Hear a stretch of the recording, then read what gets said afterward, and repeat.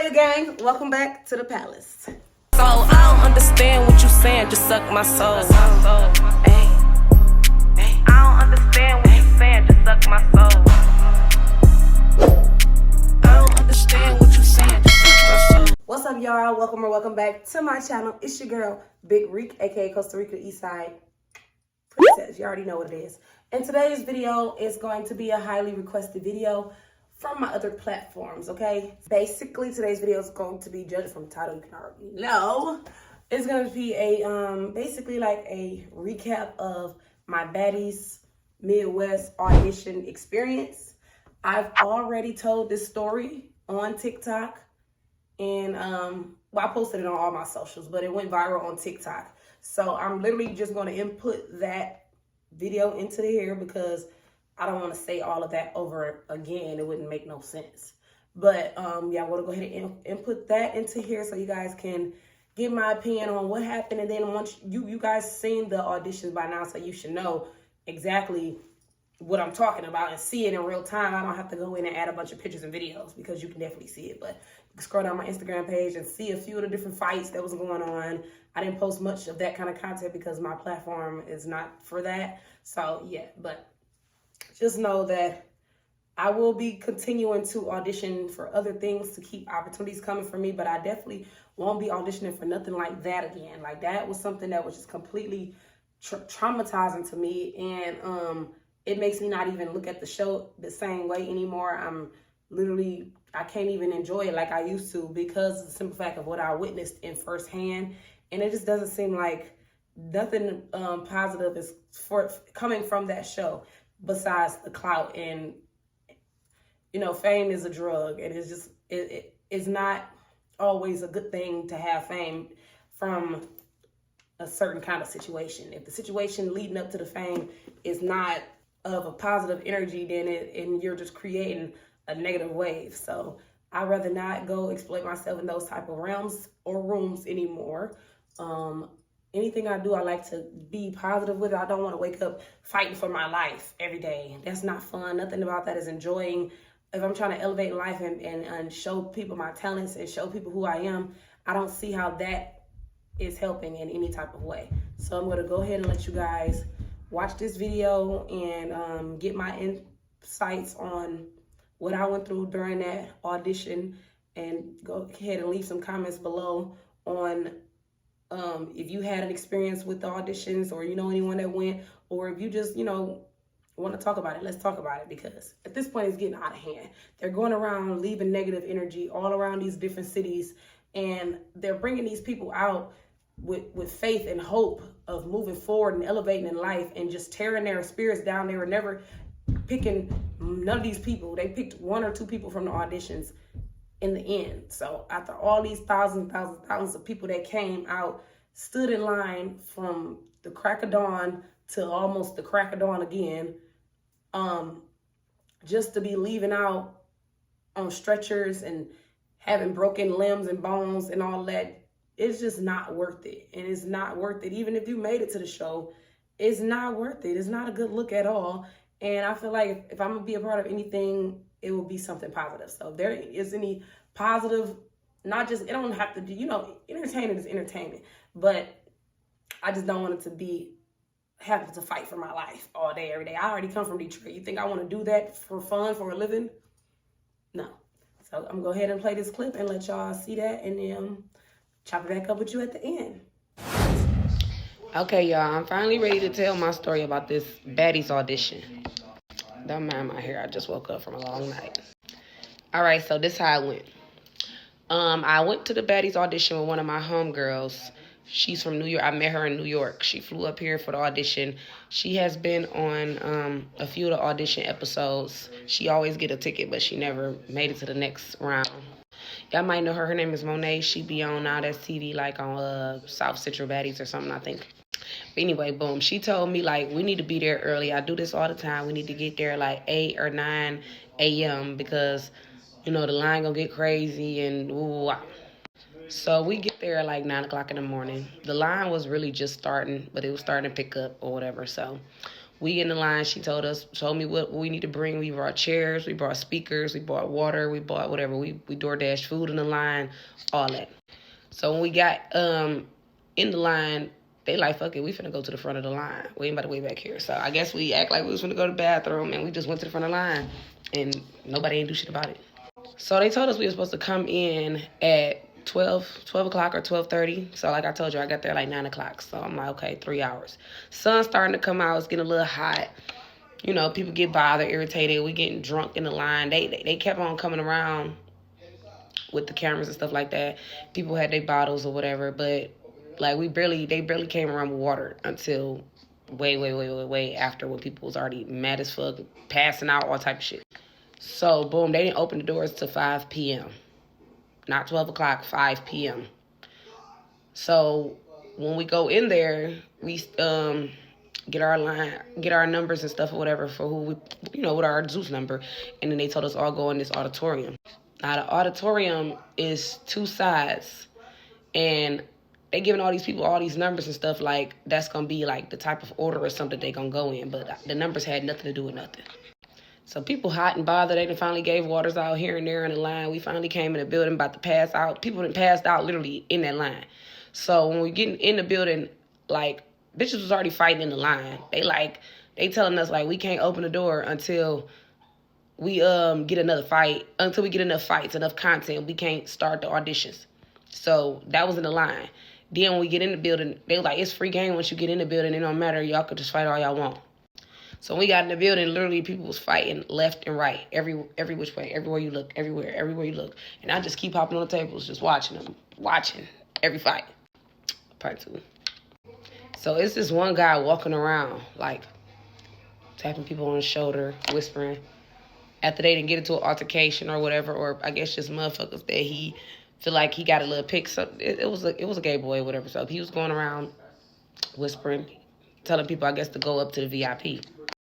Now, I already supposed to been in the damn VIP because I know Jonathan. Jonathan told me he was going to come down there and get me, just text him when I get there. And my friend Monet also had a plug with the VIP because she always be on Baddies. So my phone had died, and I was with my other homegirl. So Monet, when she told me, like, girl, you got to stay with me. You moving around doing too much. But we in my city, so of course I'm going to be moving around doing too much. So she disappeared somewhere, and her ass ended up going up there. Boom. So the people that was going up to VIP, they basically go straight to the main stage with Natalie and them like that. Everybody in the auditions downstairs, they going to have to fight their way out for one, just to get to the first panel of people. Now, when they kept telling people, sit down, stand up, sit down, like they didn't know what the fuck they was trying to tell people. They wasn't letting nobody out. My friend Bree literally had to fight her way out, go to 4 different doors. They like, we not letting nobody out. She cutting the fuck up on their ass, finally got out. They was not trying to let nobody out. It was like a jail in there. It was crazy. They had all the doors locked. Everybody just going crazy. The concession stand closed like 30 minutes after we got in there. So people started breaking into the damn concession, stealing drinks and stuff because motherfuckers was thirsty, irritated, hungry, all type of shit. So when they actually start the auditions, you would just see the door open here and there, and they'd just pull 3 girls out or something and close the door. So they never had no structure. They never had no setup of how they was doing that shit. They literally was just randomly pulling girls, whoever was close enough to the door. So when I peeped that, I told my friend, like, come on, girl, we about to make our way out of this bitch, because I was about to leave so many times, but I'm like, you already been here all fucking day, standing in line since 8, 9 a.m. You might as well just stick it out, see what the fuck it is, you know? And I only came to pop my shit. I never wanted to be on that show. I don't have to wake up fighting bitches all day, every day. That's slow. I came to pop my shit, be on TV. I met Lemmy, the CEO, and everything. I did what I came to do. So once we seen them open the doors or whatever, I'm grabbing her. We latched up in the arms, like, you know, latched up like this. I'm like, come on, we about to get out of here. Every time the door opened, everybody started pushing towards the door, trying to get out and shit. And I was pulling her ass right through them crowds, like, come on, we got to get through this. We about to get out of here. That shit was crazy as hell, like hectic as hell, head hurt, everything. So this is about 10 o'clock at night when the auditions actually start.